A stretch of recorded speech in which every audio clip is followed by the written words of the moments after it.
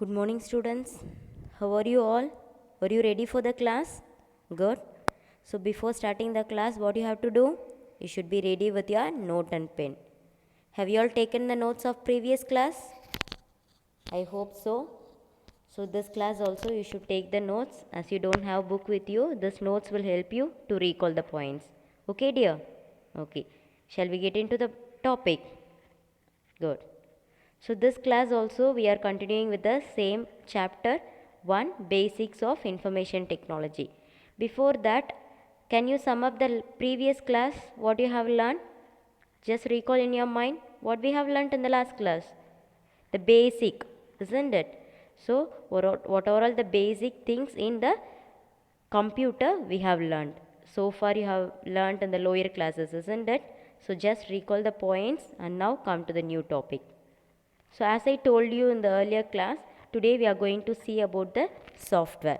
Already I told software is nothing but a set of instructions or programs written to the computer for its effective programming, isn't it? So those instructions are contained in the software. Software not only directs the computer to manage its internal resources but also enables the user to tailor a computer to provide specific business value. Okay, so this software, this word, who coined this word, is first used by John W. Tukey in 1957. He was the first who coined this word as software. Okay, let me see the features of software.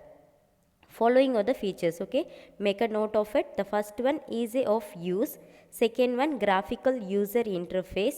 Multi-platform capability. Compatibility with other software.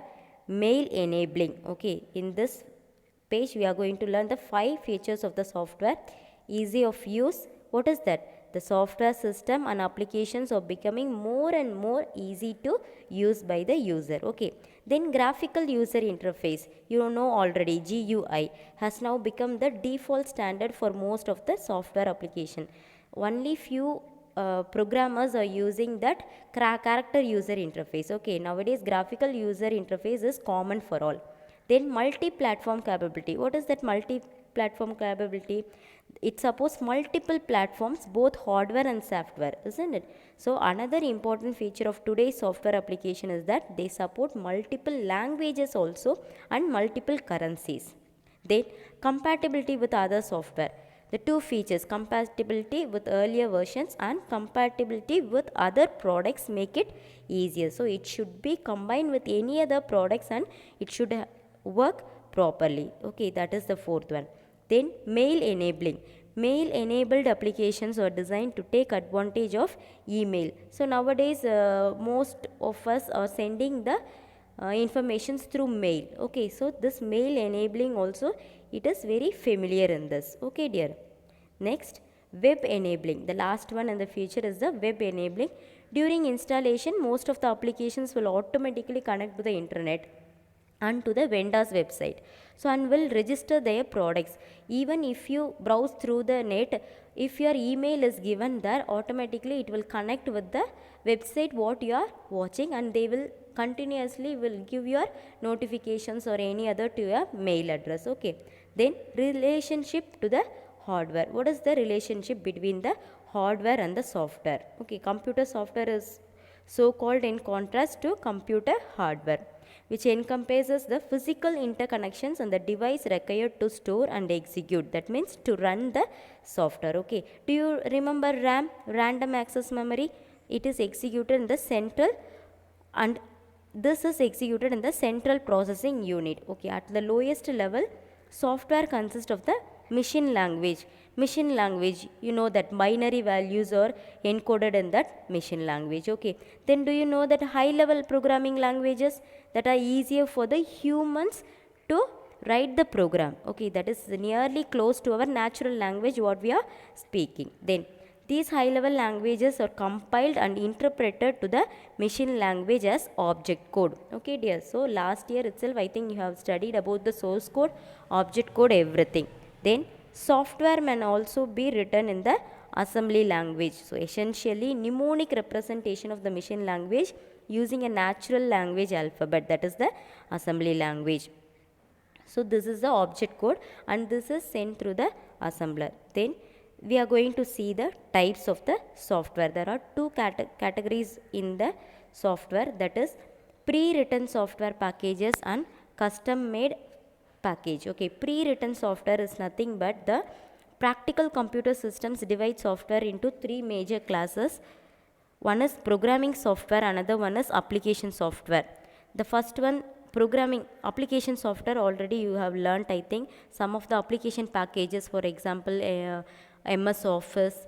These are some application software. System software, you know that, which is written to the computer for its effective functioning. Okay, it is a built-in program also. Then programming software usually provides tools to assist a programmer in writing the computer programs. Okay dear, so the tools include text editors, compilers, interpreters, linkers, debuggers, everything. These all we need to write a program and execute it, isn't it? So this is a programming software.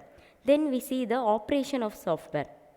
Software consists of computer programs which are sequences of instructions for the computer. The process of writing or coding the program is called programming, and individuals who perform this task are called programmers. Okay, programmers are the one who write or code the program to the computer. Okay dear. So what we have seen so far, operations of software, isn't it? Okay. Then next, there are two major types of software. One is system software and application software.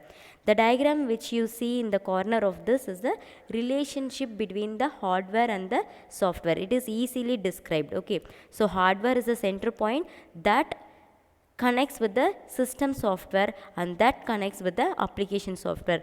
So it is a embedded thing. Embedded means it is linked with each other. So this three, if it's linked properly, we can work on the computer, isn't it? Okay, so system software is a set of instructions that serves primarily as an intermediary between computer hardware and application. Okay, so the same what we have learned in the lower class, just it is a recall for this in this chapter. Okay dear. So if you see the diagram itself, it will be easy for you. Then application software also they have given, that provide a more specific functionality to the user. Okay. Then next, system control programs. System control programs control the use of hardware, software and data resources of a computer system. Okay, so the operating system supervises the overall operation of the computer, including the monitoring the computer status and scheduling the operations, which include the input output process. Okay, so in addition, operating system allocates CPU time and main memory to program running on the computer. Okay, it provides an interface between the user and the hardware. Specifically, the operating system provides services that include process management, virtual memory, file management, security, fault tolerance and the user interface. Now let we learn common operating system task. Okay, so we are going to learn the task of the operating system. First one, monitoring performance. Second one, correcting errors. Next, providing and maintaining the user interface. Starting, that is while we are starting the computer, you can notice that it takes few minutes to come into the desktop, isn't it? That is the booting of the computer. Reading programs into memory, managing memory allocation to those programs. Then placing files and programs in secondary storage, creating the maintaining directories, formatting disk, controlling the computer monitor, sending jobs to the printer, then maintaining security and limiting access, locating files, detecting viruses, compressing the data. Once again I repeat, common operating task, monitoring the performance, it controls the overall performance, correcting the errors, if there is any debugs it will correct it, providing and maintaining the user interface. Okay, so user is nothing but the we human beings. If we interact with the computer, it will provide and maintain that. Starting, the booting of the computer, it will look into it, and reading the programs into the memory. So whatever programs are written, it is read into the memory. managing memory allocation to those programs. So each memory will be allocated for the programs. Okay, that is memory allocation. Placing files and programs in secondary storage. If you want to take a copy of that, it will be taken in the secondary storage. Creating and maintaining the directories. You know that if you open the computer, my computer, you could see the directories, C drive. So each it will be allocating and creating that. Formatting the disks. So you know the disk. So whatever the disk we are inserting in that, it will format and use it. Okay, controlling the computer monitor. Sending jobs to the printer. If you want to print any result as a hard copy, it will send and receive it. Okay, it will send the jobs to the printer. Then maintaining security and limiting the access. Locating the files. If we search, it will locate and give the files for us. Detecting the virus. If there is any virus in the computer, it will automatically gives a notification for you. Then compressing the data. Too much of memory is used in the space, it will compress the data. Okay, so these are the things you have learned today. So once again, recall whatever we have learned. Just move through the videos or just go back into your notes also to learn, to revise what we have learned. Okay, so now comes the activity page. Today's activity: write the features and types of software and write the task of operating system, and also show the relationship between the hardware and software with the help of a diagram. You saw a diagram, isn't it? So with the help of that, you have to show the relationship between the hardware and software. Okay dear, so I hope you understand the class. Thank you and meet you in the next class.